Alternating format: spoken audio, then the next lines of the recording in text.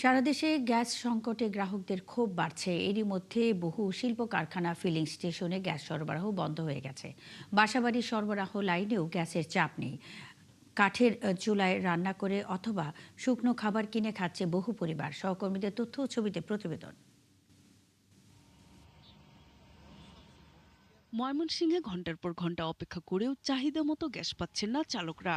Feeling স্টেশনে যানবাহনের দীর্ঘ লাইন। নগরীর 5টি পাম্পের মধ্যে বন্ধ করে রাখা হয়েছে 2টি পাম্প। 3টি পাম্প খোলা থাকলেও নেই গ্যাসের চাপ। আগে যে প্রেসার ছিল প্রায় 220-180 থাকতো, এখন সর্বোচ্চ 80 বা 100 প্রেসার। এই কিছুক্ষণ দিচ্ছে না, তাও গ্যাস পাচ্ছে 50 টাকা, 40 টাকা, 60 টাকা, 70 টাকা। প্রায় এইটা থেকে আমরা প্রায় 20-25 হাজার টাকা ঋণও পড়ে গেছি। 10 লিটার করে মোবিল গাছ আছে, ইঞ্জিন বেশি রকম হিট হয়ে যায়। এবার মেশিন চালালে মানে কোম্পানি খুবই লস হইতেছে। নেত্রকোনায় তিতাস গ্যাসের সরবরাহ বন্ধ থাকায় জেলার একমাত্র সিএনজি ফিলিং স্টেশনটি বন্ধ হয়ে গেছে। এতে জেলায় 10,000-এর বেশি সিএনজি চালক ও যাত্রী দুর্ভোগে পড়েছেন। দ্রুত গ্যাস সরবরাহ স্বাভাবিক করার দাবি জানিয়েছেন চালক ও সংশ্লিষ্টরা। বর্তমানে আমরা খুব কষ্টের দিন যাইতেছে।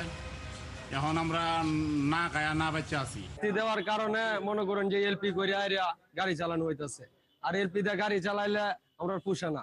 মানিকগঞ্জের ফিলিং স্টেশন কর্তৃপক্ষ জানায়, লোডশেডিং এর কারণে গ্যাসের চাপ আরও নিচে নেমে গেছে। জেলার 14টি সিএনজি ফিলিং স্টেশনের বেশিরভাগ পাম্পে গ্যাস না থাকার সাইনবোর্ড ঝোলানো হয়েছে। 7টার দিকে গাড়ি সিরিয়াল সারা রাত গেছে, এখন পর্যন্ত কোনো গ্যাস নেই। ওনারা বললো গ্যাস আমরা সকালে কিছুক্ষণ দিছি, কিন্তু এখন প্রেসার নাই, গ্যাস নাই লাইনে, এর জন্য আমরা বন্ধ রাখছি। সিরিয়ালে টানতে টানতে লজনের সামনে গেলাম, তারপরে মেশিন বন্ধ হয়ে গেল, গ্যাস পাইলাম না। ওখান থেকে আবার ডলারশরীতে আসলাম, এখানেও মেশিন বন্ধ। এদিকে ঢাকার ধামরাইয়ে ফিলিং স্টেশনগুলোতে এখনও সংকট কাটেনি। চালকরা বলছেন, ঘন্টার পর ঘন্টা অপেক্ষার পরও চাহিদা অনুযায়ী গ্যাস পাওয়া যাচ্ছে না। এছাড়া রান্নার সময় গ্যাস না পাওয়ায় ক্ষোভ বেড়েছে সাধারণ মানুষের। নূর তাজমিন নীর, ৭১। গ্যাস সংকটে পড়েছে চট্টগ্রামের শিল্প কলকারখানা। উৎপাদন ব্যাহত হচ্ছে ভারী শিল্পে। গ্যাসের অভাবে বন্ধ হয়ে গেছে বেশিরভাগ টেক্সটাইলের ডাইং সেক্টর। ব্যবসায়ীরা বলছেন, বিদেশি ক্রেতাদের কাছে সময়মতো পণ্য ডেলিভারি নিয়েও শঙ্কা তৈরি হয়েছে। এদিকে গ্যাসের অভাবে চট্টগ্রামে শিকলবাহা বিদ্যুৎ কেন্দ্রের উৎপাদন বন্ধ হয়ে গেছে। প্রণবেশ চক্রবর্তীর প্রতিবেদন। গ্যাসের অভাবে সবচেয়ে বেশি সংকটে পড়েছে লোহার রড নির্মাণের স্টিল রিরোলিং শিল্প এবং রপ্তানিমুখী আরএমজি সেক্টর। রড উৎপাদনকারী যেই ইন্ডাস্ট্রিগুলি আছে, বিশেষ করে স্টিল প্রোডাক্টের, ওনাদের বড় ধরনের ক্ষতি হয়ে যাবে। অলরেডি আমাদের 2-1টা ফ্যাক্টরি বন্ধ হয়ে গেছে এবং ওনারা ব্যাংকের ঋণের জালে আটকে গেছে। গ্যাসের কারণে এর মধ্যে বন্ধ হয়েছে চট্টগ্রামের শিকলবাহা বিদ্যুৎ কেন্দ্রের উৎপাদন। পাশাপাশি সার উৎপাদনকারী প্রতিষ্ঠান সিইউএফএল এ কিছু গ্যাস দেওয়া হলেও মূল সরবরাহ বন্ধ রয়েছে।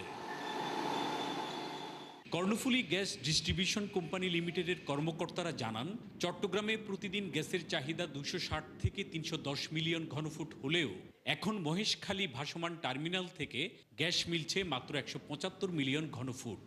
আমাদের মহেশখালী থেকে যদি সরবরাহ কম হয়, তখন ওই জিডিসিএল আনোয়ারা সিজিএস ওইখান থেকে যে আপনার সরবরাহটা যখন কমায়, তখন ওই সরবরাহ কমার সাথে প্রেশারটাও ফল করে। গ্যাসের অভাবে টেক্সটাইল শিল্পের ডাইং সেক্টর পুরোটাই বন্ধ আছে। এতে সাপ্লাই চেইন পুরোটাই ভেঙে পড়েছে বলে জানান গার্মেন্টস ব্যবসায়ীরা। যারা লোকাল ফেব্রিক ইউজ করি, এখানেও কিন্তু আমাদের সাপ্লাই চেইনটা আমাদের মধ্যে এখানে বাধাগ্রস্ত হচ্ছে, কারণ আমরা ফেব্রিকটা অন টাইমে পাচ্ছি না। কারণ ওরা ফেব্রিক প্রোডাকশন করতে পারে, নিটিংটা করতে পারলে কিন্তু ওরা ডাইংটা করতে পারছে না, প্রিন্টিংটা করতে পারছে না। গ্যাস ছাড়া কারখানা চলবে সেটা চিন্তা করা যায় না, এবং এর মাধ্যমে যে ক্ষতিটা হচ্ছে সেই ক্ষতিটা কিন্তু অপূরণীয় ক্ষতি। আমরা কিন্তু আমাদের বায়ারদের কাছে মুখ রাখতে পারছি না, ওরা আমাদের জন্য অনেকটা আশঙ্কার মধ্যে আছে। মহেশখালীর 2টি ভাসমান এলএনজি টার্মিনালের একটি পরিচালনা করছে আমেরিকান অ্যাক্সিলারেট এনার্জি, অন্যটি করছে সামিট। এর মধ্যে নতুন এলএনজি কার্গো সামিটের টার্মিনালে যুক্ত হওয়ার কথা রয়েছে। তবে অ্যাক্সিলারেটের টার্মিনালে কার্গো যুক্ত হতে 23 থেকে 24 আগস্ট পর্যন্ত সময় লাগবে, জানিয়েছে আরজিসিএল কর্মকর্তারা। প্রণবেশ চক্রবর্তী, ৭১, চট্টগ্রাম। গ্যাস সংকটের কারণে চট্টগ্রামের বেশিরভাগ টেক্সটাইলের ডাইং সেক্টর প্রায় বন্ধ হয়ে গেছে। বিদেশি ক্রেতাদের কাছে সময় মতো পণ্য ডেলিভারি নিয়ে দেখা দিয়েছে শঙ্কা। সেখানকার পরিস্থিতি জানাতে যুক্ত হচ্ছেন সহকর্মী রাজীব বড়ুয়া। রাজীব, বর্তমানে কারখানায় পণ্য উৎপাদন কেমন হচ্ছে? গ্যাস সংকট নিয়ে সংশ্লিষ্টরা কি বলছেন?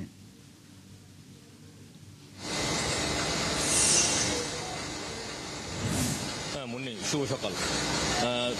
গত 21শে জুলাই মহেশখালীতে যে টার্মিনালে দুর্ঘটনা ঘটেছিল, মার্কিন কোম্পানি এক্সিলারেটর যে ভাসমান সিএনজি টার্মিনাল রয়েছে, তার আসলে আজকে 1 মাস পূর্তি।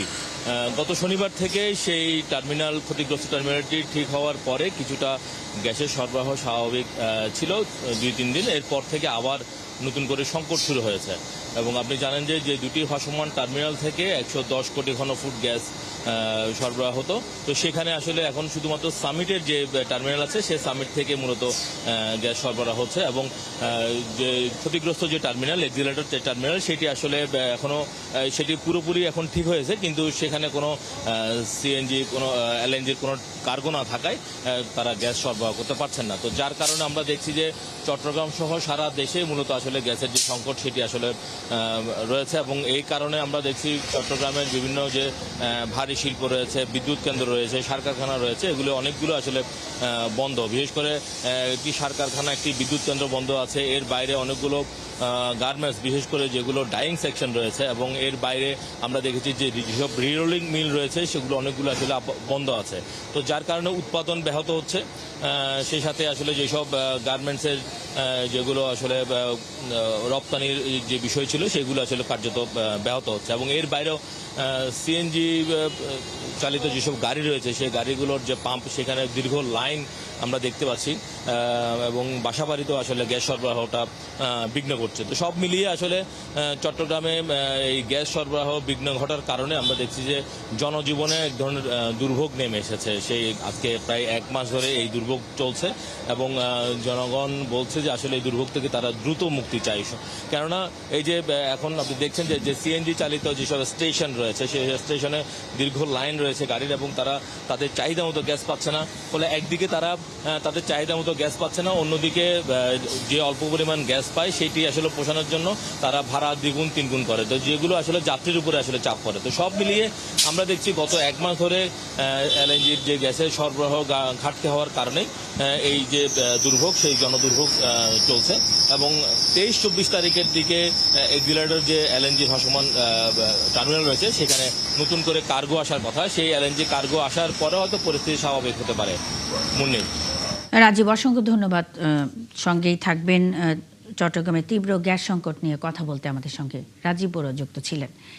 তীব্র গ্যাস সংকটে নারায়ণগঞ্জের 300-রও বেশি পোশাক কারখানা বন্ধ হয়ে গেছে। শিল্প উদ্যোক্তারা বলছেন দিনের পর দিন গ্যাস সংকটের কারণে এরকম বহু কারখানা বন্ধ করে দিতে হচ্ছে।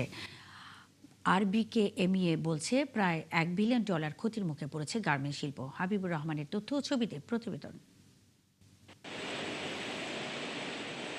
নারায়ণগঞ্জের শিল্পাঞ্চলে প্রায় 3 সপ্তাহ ধরে গ্যাস সরবরাহের তীব্র সংকট চলছে। এরই মধ্যে টানা 6 দিন সম্পূর্ণ বন্ধ ছিল সরবরাহ। শিল্প উদ্যোক্তারা বলছেন এখন তাদের উদ্বেগ বিদেশি ক্রেতাদের নিয়ে, কারণ গ্যাসের কারণে উৎপাদন বন্ধ রাখতে হচ্ছে, যে কারণে সময় মতো পণ্য সরবরাহ করতে না পারার শঙ্কা দেখা দিয়েছে। BKMEA বলছে এরই মধ্যে 300-এর বেশি গার্মেন্টস বন্ধ করে দেয়া হয়েছে।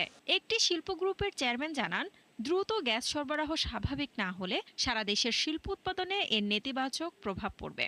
সেই 21 দিন গ্যাস না থাকার কারণে দেশ যে কি ক্ষতি হয়েছে 5 বছরে এই ক্ষতি পোষানো সম্ভব না, কারণ আমাদের বিলিয়ন বিলিয়ন ডলার সব নষ্ট হয়ে গিয়েছে। ব্যবসায়ীরা আরও জানান, গ্যাস সংকট এখন আর শুধু উৎপাদন বন্ধের সমস্যা নয়, বাংলাদেশে শিল্পের আগামী দিনগুলো কেমন চলবে সেটাও নির্ভর করছে কতদিনে এই সমস্যার সমাধান হবে তার উপর।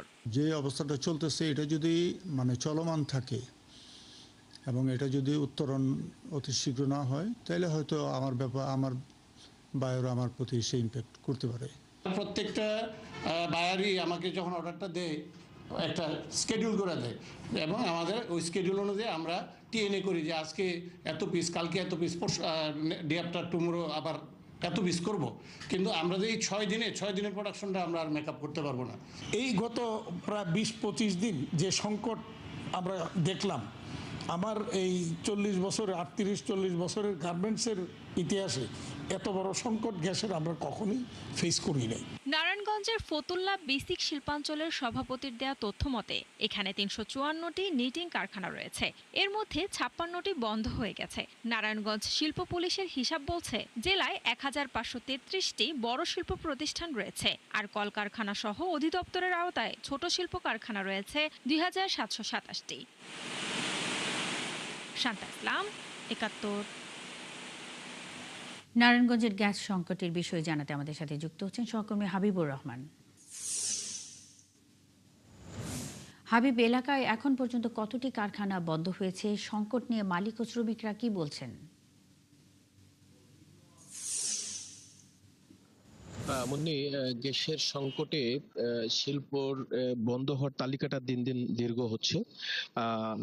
এই সংকটটা যদি এই গ্যাসের সংকটটা সহসা সমাধান না হলে হয়তো এই তালিকাটা অনেক বড় দীর্ঘ হতে পারে। এতে করে অর্থনীতির উপর অনেক বড় চাপও তৈরি হওয়ার একটা সম্ভাবনা রয়েছে বলে এই শিল্প মালিক সমিতি আমাদেরকে জানিয়েছেন। তবে এমন শুধু শিল্পের পাশাপাশি আপনার বাসাবাড়ি এই যানবাহন এবং এই জ্বালানি সংশ্লিষ্ট প্রত্যেকটা খাতে প্রভাব পড়েছে। তো যেহেতু নারায়ণগঞ্জ একটা শিল্পনগর জায়গা, শিল্প শুধুমাত্র জ্বালানি নির্ভর হওয়ার কারণে এই শিল্পর মুখে যে অর্থনৈতিক চাপ পড়ছে, এতে করে বেশ একটা সামনে অর্থনৈতিক চাপ তৈরি হতে পারে বলে সংশ্লিষ্ট মহল আমাদের জানিয়েছেন। তারা বলছেন যে এভাবে যদি সংকট উত্তরণের দ্রুত সহসায় সরকার কোনো পদক্ষেপ না নেয়, তাহলে তাদের এই শিল্প বন্ধ করা ছাড়া কোনো গতি থাকবে না। গতকালকেও আমরা চেম্বারের সাথে কথা বলেছিলাম, কিংবা যারা বৃহৎ শিল্প গোষ্ঠী আছে তারা অনেকের সাথে আমরা কথা বলেছি, বিকেএমই, বিজিএমই এবং বিটিএমইএ। তারা বলছেন যে আসলে এই তাদের উৎপাদন ধরে রাখা অত্যন্ত চ্যালেঞ্জ হয়ে দাঁড়িয়েছে। পাশাপাশি সামনে ব্যাংকের লোন আছে, তাদের রয়েছে বায়ারদের অর্ডার রয়েছে, শ্রমিকদের বেতন রয়েছে। সামগ্রিকভাবে তারা এই কুলিয়ে উঠাটা তাদের জন্য অনেক জটিল হয়ে যাচ্ছে মনে। তো এমনই একটা পরিস্থিতিতে যদি শিল্পনগরী নারায়ণ জাতীয় অর্থনীতিতে 32% অংশগ্রহণ করে থাকে অর্থনৈতিক ভাবে যে বাজেটের মধ্যে, সেই জায়গাটা অনেক বড় ধাক্কার একটা সম্ভাবনা তৈরি হয়েছে। এমনি সংশ্লিষ্ট বলছে যে এই সহসায় যদি জ্বালানি সংকট না হয়, তাহলে শিল্পনগরী আসলে মূলত স্থবির হয়ে যাবে, এমনটাই বলছেন সংশ্লিষ্ট। মনে ছিল না আমার কাছে। হাবিব, খবর রাখতে থাকুন, আমাদের সঙ্গেই থাকবেন। দর্শক, তীব্র গ্যাস সংকটে নারায়ণগঞ্জের 300-রও বেশি পোশাক কারখানা বন্ধ হয়ে গেছে। এ বিষয়ে খবরাখবর নিয়ে হাবিবুর রহমান আমাদের সঙ্গে যুক্ত ছিলেন। ঘন ঘন লোডশেডিং, বাড়তি সুতার দাম, শ্রমিক সংকট আর ঋণের বোঝা সহ নানা সংকটে ধস নেমেছে সিরাজগঞ্জের ঐতিহ্যবাহী তাঁত শিল্পে। বিদ্যুৎ সরবরাহ স্বাভাবিক না থাকায় বিভিন্ন উপজেলার তাঁত কারখানায় উৎপাদন ব্যাহত হচ্ছে। এতে প্রায় 4 লাখ তাঁতের মধ্যে 1 লাখেরও বেশি বন্ধ হয়েছে। কাজ হারিয়েছেন কয়েক লাখ শ্রমিক। সংশ্লিষ্টরা বলছেন উৎপাদন খরচ বাড়লেও সে অনুযায়ী মজুরি বাড়ানো যাচ্ছে না, ফলে দিশেহারা কারখানার মালিক ও শ্রমিকরা। ইউসুফ দেওয়ান রাজুর তথ্য ও বেলাল হোসেনের ছবিতে প্রতিবেদন। ঘন ঘন লোডশেডিংয়ের কারণে উৎপাদন থেমে আছে সিরাজগঞ্জের তাঁতপল্লীতে। তাঁত শিল্পের সাথে জড়িতরা বলছেন জেনারেটর চালিয়েও কারখানা সচল রাখা যাচ্ছে না। এরপরও বাড়তি ডিজেলের দামে খরচ বেড়েছে কয়েক গুণ। আর ঘন ঘন লোডশেডিংয়ের কারণে প্রায় 1.25 লাখ বিদ্যুৎ চালিত তাঁতের চাকা কিছুক্ষণ পরপরই বন্ধ হয়ে যাচ্ছে। এতে কাপড় উৎপাদন ও বিপণন ব্যাহত হচ্ছে। 12-13 বছর হলো কাজ করি, এখন বর্তমান এমন অবস্থা হয়েছে, কারেন্ট থাকেই না। আমাদের সাপ্তাহিক শেষে আমরা বেতন পাই, আগে যা পাইছি তার থেকে এখন সীমিত বেতন পাই, এতে আমাদের নিজেরই চলে না। ঈদ উপলক্ষে আমাদের যে টার্গেট থাকে কাজের প্রতি, সেই টার্গেট আমরা পূর্ণ করতে পারতেছি না। 50% নেমে আসছে প্রোডাকশন, এতে করে তাঁতি ক্ষতিগ্রস্ত হচ্ছে। আমাকে জেনারেটর দিয়ে শাড়ি বানাইলে যে প্রোডাকশন করি তার 4 গুণ খরচ হচ্ছে। তাঁত মালিকরা বলছেন জেলার 4 লাখ তাঁতের মধ্যে প্রায় 1 লাখ কারখানা বন্ধ হয়ে গেছে। এতে তাদের সাথে সাথে ক্ষতিগ্রস্ত হচ্ছেন এই শিল্পের সাথে প্রত্যক্ষ ও পরোক্ষভাবে জড়িত প্রায় 4 লাখ শ্রমিক। সারাদিনে যদি মনে করেন যে আধা ঘন্টা থাকে, 2 ঘন্টা থাকে না কারেন্ট। বিদ্যুৎ না থাকার কারণে আমাদের টার্গেটটা ফিল আপ হয় না। টাকা না হলে আমাদের বাল বাচ্চা মনে করেন যে চালানো কষ্ট। কিন্তু যারা ছোট ছোট তাঁত শিল্প আছে তারা অচিরেই ধ্বংসের মুখে পড়ে যাবে। আর ব্যবসায়ীরা বলছেন, কাঁচামালের দাম ও শ্রমিক সংকটে ধ্বংসের পথে তাঁত শিল্প। লোডশেডিং এ সবচেয়ে বেশি ক্ষতিগ্রস্ত হচ্ছে উৎপাদন ভিত্তিক মজুরিতে কাজ করা শ্রমিকরা। এই অবস্থায় স্বল্প সুদে তাঁত লোনের দাবি জানিয়েছেন তারা। একটি তাঁত ব্যাংক অত্যন্ত গুরুত্বপূর্ণ দরকার। যদি আমরা তাঁত ব্যাংকের মাধ্যমে আমরা লোন পাইতাম স্বল্প সুদে, তাহলে কিন্তু আমরা দেখা যাইতো যে বিভিন্ন প্রাকৃতিক দুর্যোগে আমরা কাপড়গুলো বিক্রি না করে আমরা কাপড়গুলো কিন্তু স্টক করে রাখতে পারতাম। এদিকে তাঁত শিল্প টিকিয়ে রাখতে স্বল্প সুদে ঋণ ও প্রাতিষ্ঠানিক সহায়তার আশ্বাস দিয়েছে তাঁত বোর্ড। তাদেরকে আমরা বিনা সুদে এবং বিনা জামানতে আমরা লোন প্রদান করে থাকি। ইতিমধ্যে ক্ষুদ্র ঋণ এবং আর্থসামাজিক আর্থসামাজিক প্রজেক্টের যে তাঁত লোনের কার্যক্রম আছে, এই দুইটি প্রজেক্টের আন্ডারে অলমোস্ট প্রায় 2300 তাঁতিকে আমরা লোন প্রদান করেছি। ঐতিহ্য আর সম্ভাবনার এই শিল্প সংকট কাটিয়ে টিকে থাকবে নাকি হারিয়ে যাবে, সেই শঙ্কায় তাঁত সংশ্লিষ্টরা। শাকিলা শম্পা, ৭১। মির্জা ফখরুল ইসলাম আলমগীর দেশের ২৩তম রাষ্ট্রপতি নির্বাচিত হওয়ার খবরে আনন্দ উচ্ছ্বাসে ভাসছে তার জন্মভূমি ঠাকুরগাঁওয়ের মানুষ।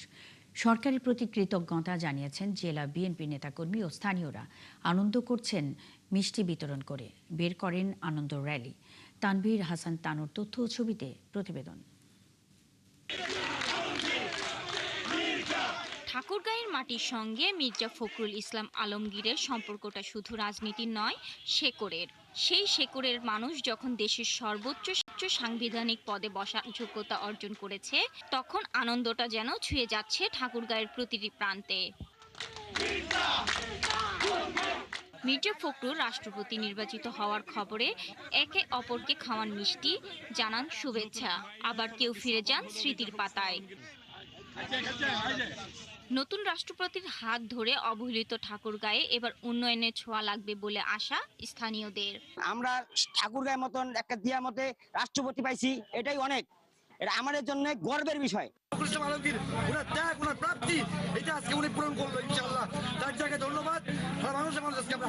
উনি ঠাকুরগাঁয়ের জন্য যা করেছেন, আমরা চাইবো এই কাজগুলোর যেন ধারাবাহিকতা ঠিক থাকে এবং নতুন নতুন কাজ যেন আমরা পাই, সেজন্য আমরা তার কাছে এই আশাটুকু করব।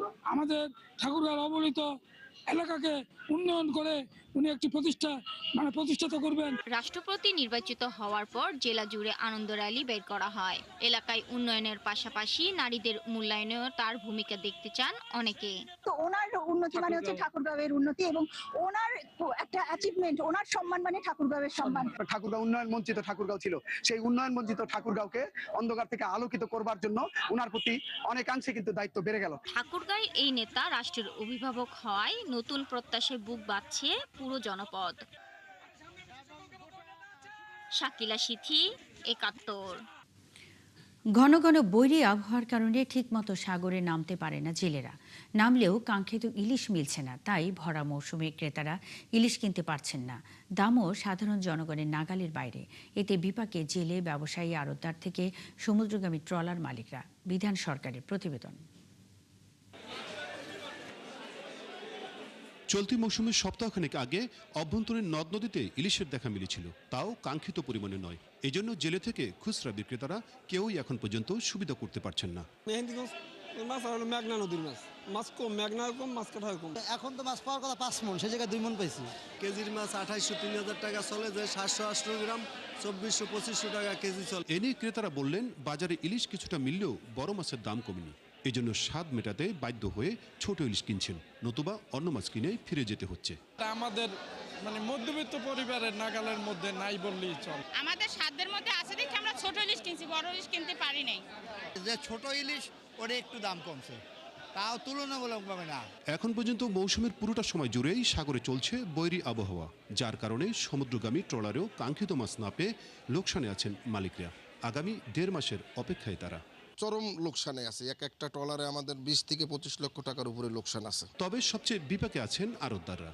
যে ইলিশ মিলছে তাতে করে ব্যবসা চলে না। ঋণের দেনা শোধ নিয়ে চিন্তিত তারা।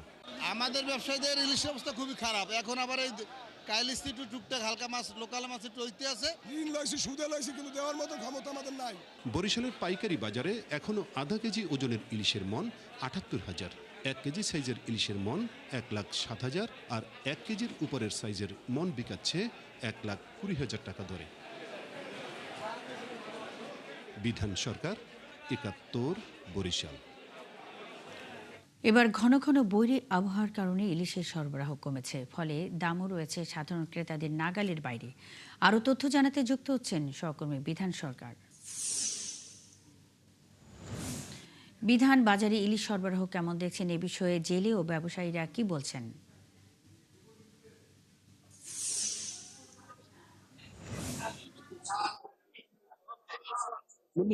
যে ঠিক এখন কিন্তু ভাদ্র মাস চলন, ভাদ্র মাসের প্রথম সপ্তাহ। ঠিক এই সময় আপনার এখানে এই যে কোর্ট রোডের যে মৎস্য অবতরণ কেন্দ্র, এখানে কিন্তু প্রচুর ইলিশ থাকার কথা। আমরা যেখানে দাঁড়িয়ে এই যে কথা বলছি, এই জায়গাটায় কিন্তু প্রচুর ইলিশ মাছ থাকতো।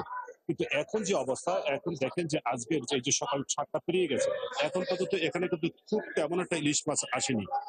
কেন আসেনি ব্যাপার সে সম্পর্কে আমরা কথা বলেছি, কিন্তু এখানে এসে একটা কথা, পরিষ্কার একটা কথা জানতে পাই, যেগুলো হলো যে এই যে ইলিশের যখন রেণু বা পোনা তৈরি হয়, ঠিক সেই সময় এই রেণু পোনা বা জাটকা মাছগুলো তারা ধরে ফেলে, এবং জাটকা মাছ ধরে ফেলার কারণেই কিন্তু এই ইলিশের কিন্তু এখন সংকট দেখা দিয়েছে। আপনি দেখেন যে এখন যে ইলিশটা আসছে, ছোট সাইজের ইলিশ, বড় সাইজের ইলিশ কিন্তু এটা পাওয়া যায় না।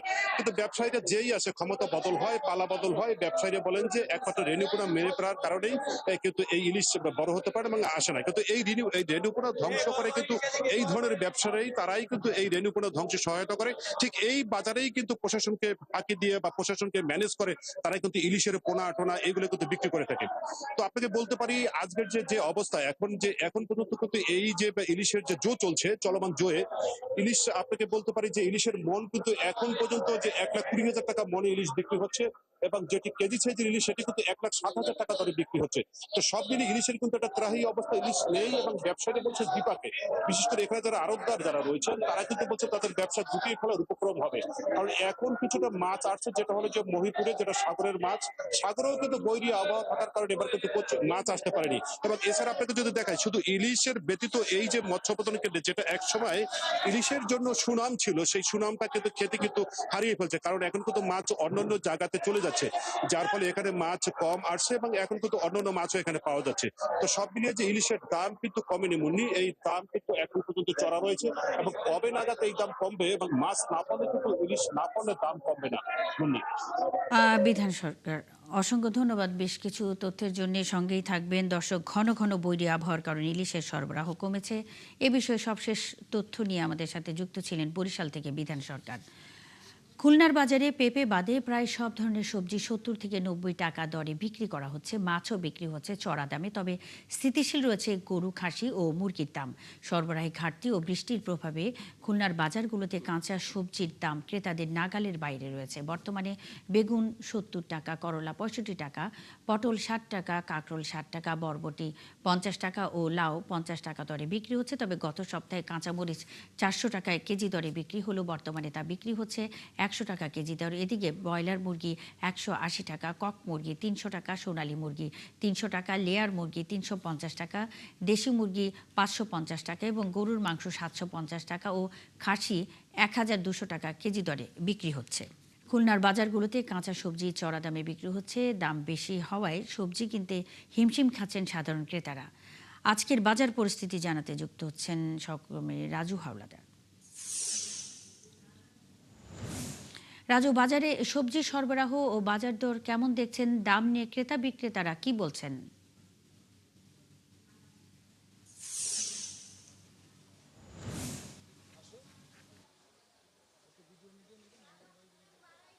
জি, ধন্যবাদ মুন্নি আপনাকে। মুন্নি, খুলনার বাজারে আসলে সবজির দাম আসলে ঊর্ধ্বগতিতে রয়েছে, কোনোভাবেই কমছে না এবং ক্রেতারা তারা বলছে যে খুলনার বাজারের যে সবজিগুলি রয়েছে তা তারা সঠিক দামে কিনতে পারছে না, দাম বাড়তি রয়েছে। আপনারা দেখতে পাচ্ছেন একটা লাউ কেজিতে বিক্রি হয় না, একটা লাউ 50 থেকে 60 টাকা দাম এবং আরও অন্যান্য বাজারে আরও দাম বেশি এবং কুশি রয়েছে, এখানে ঝিঙ্গা রয়েছে, তারপরে দুন্দল রয়েছে, এগুলো সর্বনিচে 60 টাকার নিচে একটা দামও নেই এবং প্রতিদিন দাম বাড়তেই থাকে। তবে কাঁচামরিচের ভিন্নতা এসেছে, গত সপ্তাহে যে কাঁচামরিচ 400 টাকা বিক্রি হয়েছে, এ সপ্তাহে 100 টাকা পাওয়া যাচ্ছে কাঁচামরিচ। এছাড়াও আরও অনেক সবজি খুলনার বাজার রয়েছে। আমি যে বাজারটিতে রয়েছি এটা হচ্ছে খুলনার মিস্ত্রিপাড়া বাজার। এই বাজার থেকেই সপ্তাহে প্রতিদিন মানুষ এখান থেকেই বাজার করে এবং সবজি ছাড়াও মাছ রয়েছে, মাছ যেমন রুই মাছ 300 থেকে 350 টাকা এবং পাঙ্গাস মাছ 200 থেকে 300 টাকার ভিতরে, চিংড়ি মাছ 1200 থেকে 1400-1500 টাকা এবং আমাদের যে খুলনায় যে ব্রয়লার মুরগি রয়েছে সে ব্রয়লার মুরগি 180 টাকা এবং কক মুরগি 300 থেকে 250 টাকা। দেশি যে মুরগিটা সেটা 550 টাকায় কেজি খুলনার বাজারে রয়েছে এবং এছাড়া যে গরুর মাংস সেটা 750 টাকা, এগুলো স্থিতিশীল রয়েছে এবং খাসির মাংস 1200 টাকা থেকে 1250 টাকায় বিক্রি হচ্ছে। এবং আপনারা দেখছেন খুলনার যে সবজি, আসলে সবজি আসছে কিন্তু মানুষ কেন যে দাম মানে নিচ্ছে, কেন যে দামটা বাড়ছে, এটা কিন্তু ক্রেতারা বিক্রেতারা তেমন সঠিক তথ্য কিন্তু আমাদের কাছে দিতে পারছে না। তারা শুধু বলছে যে যেভাবে আমরা ক্রয় করছি সবজি সেইভাবেই আমাদের বিক্রি করতে হচ্ছে। এবং আপনারা তাহলে মনে এই ছিল আমার কাছে খুলনার সর্বশেষ বাজারের তথ্য। রাজু হাওলাদার, অসংখ্য ধন্যবাদ। সঙ্গেই থাকবেন খুলনার বাজার পরিস্থিতি জানাতে রাজু হাওলাদার যুক্ত ছিলেন।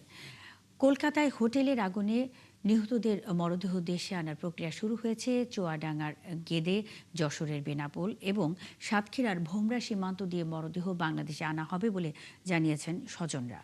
কলকাতায় বাংলাদেশ উপ হাই কমিশন জানিয়েছে ময়নাতদন্ত শেষে মরদেহ হস্তান্তর করা হবে স্বজনদের কাছে।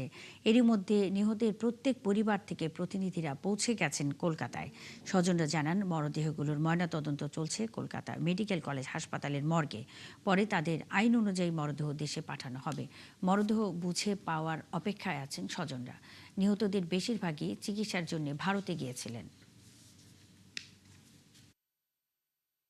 কিভাবে কত তাড়াতাড়ি দ্রুত ওখান থেকে লাশটা বাংলাদেশে আনা যায়, এর জন্য এনারা আপ্রাণ চেষ্টা করছে। এখানে ইন্ডিয়া রাজ্য সরকারি, এখানে স্থানীয় যে সরকার আছে তাদের লোকজনের মাধ্যমে ডেড বডি আনার প্রক্রিয়া সম্পূর্ণ করতেছে। তো শুক্রবার বিকাল নাগাদ পৌঁছাবে।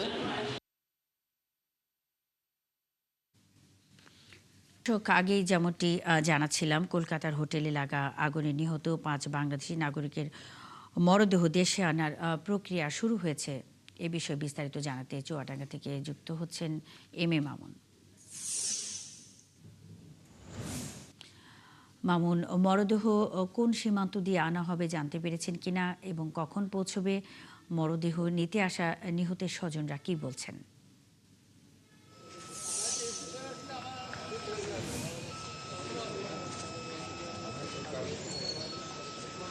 মুন্নি, আমি দাঁড়িয়ে আছি বাংলাদেশের শেষ সীমানা জয়নগর সীমান্ত। আমার পিছনে দেখছেন আমি সীমান্তেই দাঁড়িয়ে আছি। সীমান্তে যেভাবে মানুষ চলে যাচ্ছে ঠিক এইভাবেই 3 তারিখে দেবাশিস দত্ত, সাংবাদিক দেবাশিস দত্ত, তার স্ত্রী, তার শ্বশুর এবং তার সন্তান নিয়ে সেও তার স্ত্রীর চিকিৎসার জন্য ভেলোরে গিয়েছিল, ওই বেঙ্গালুরু গিয়েছিল ভারতের।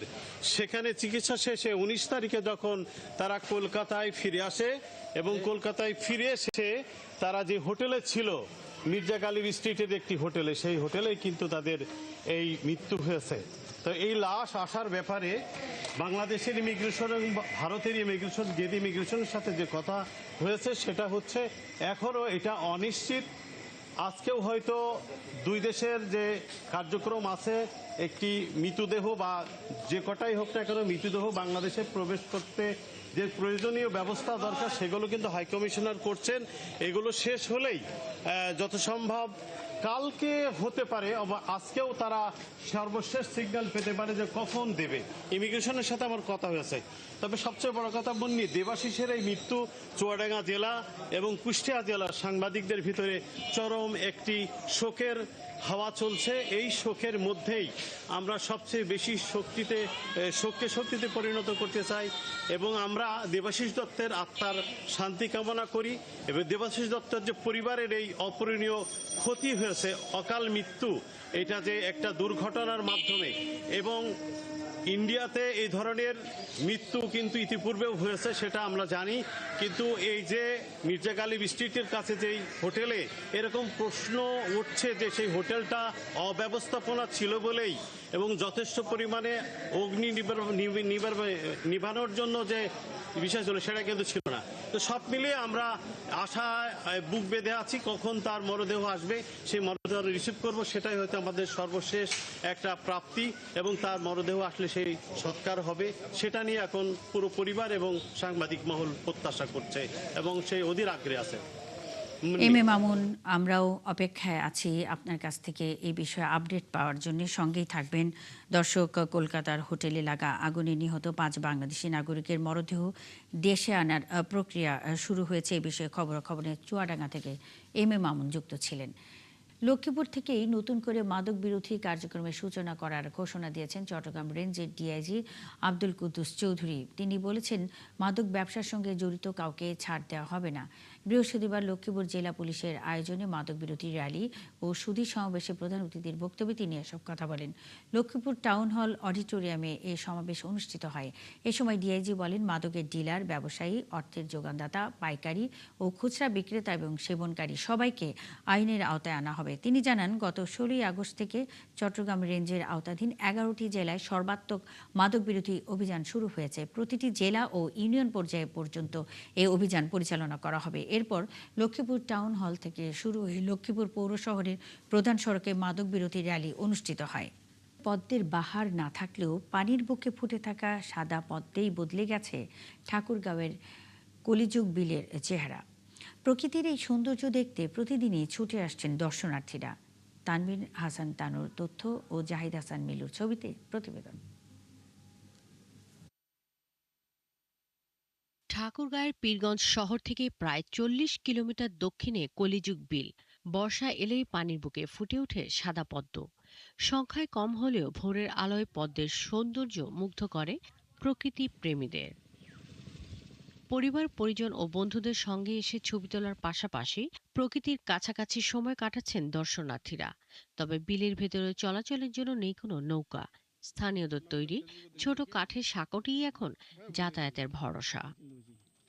বাচ্চাগুলোকে নিয়ে ঘুরতে আসছি, আর এরকম প্রাকৃতিক দৃশ্য সবসময় থাকে না, বিশেষ করে বাচ্চাদের জন্য খুবই একটা আনন্দফুল জায়গা। এর আগে আসা হয় নাই, এখন আজকে আসলাম, সামনাসামনি দেখে অনেক ভালো লাগতেছে। খুব নরম পরিবেশ। অনেক জায়গায় ভিডিওর মাধ্যমে বা বই পুস্তকে অনেক সময় পড়ছি, ছোটবেলায় দেখছি, তো সামনাসামনি কখনো দেখা হয় নাই। এগুলো সংরক্ষণ করে রাখার উচিত আসলে আমাদের, কারণ এগুলো দিন দিন হারাই যাচ্ছে। প্রকৃতির এই সৌন্দর্য মুগ্ধ দর্শনার্থীরা। বিলটির সৌন্দর্য ধরে রাখা ও সংরক্ষণের ব্যবস্থা নেওয়ার কথা জানান প্রশাসনের কর্তারা। এই পদ্ম ফুল যেহেতু নতুন ভাবে আবির্ভূত হয়েছে ওই এলাকায়, হাতে মানুষ নিজ হাতে ছিঁড়ে নিচ্ছে, অবশ্যই এই কাজ থেকে আমরা নিরুৎসাহিত করার জন্য স্থানীয়ভাবে কিছু ছেলেপেলেকে আমরা বলেছি যে আপনারা তাদেরকে বলবেন যে প্রাকৃতিক সৌন্দর্যের সৃষ্টি হয়েছে, আপনারা এটা এনজয় করেন। পদ্মের বাহার বেশি না হলেও এই ছোট্ট প্রাকৃতিক সৌন্দর্য ঘিরেই কলিযুগ বিল হয়ে উঠতে পারে পীরগঞ্জের সম্ভাবনাময় দর্শনীয় স্থান। শাকিলা শম্পা, ৭১। দর্শক, চলছে দেশযোগ সরাসরি সংবাদ অনুষ্ঠান দেখতে চোখ রাখুন ৭১-এর ফেসবুক পেজ এবং সাবস্ক্রাইব করুন ৭১-এর ইউটিউব চ্যানেল। থাকুন ৭১-এর সাথেই।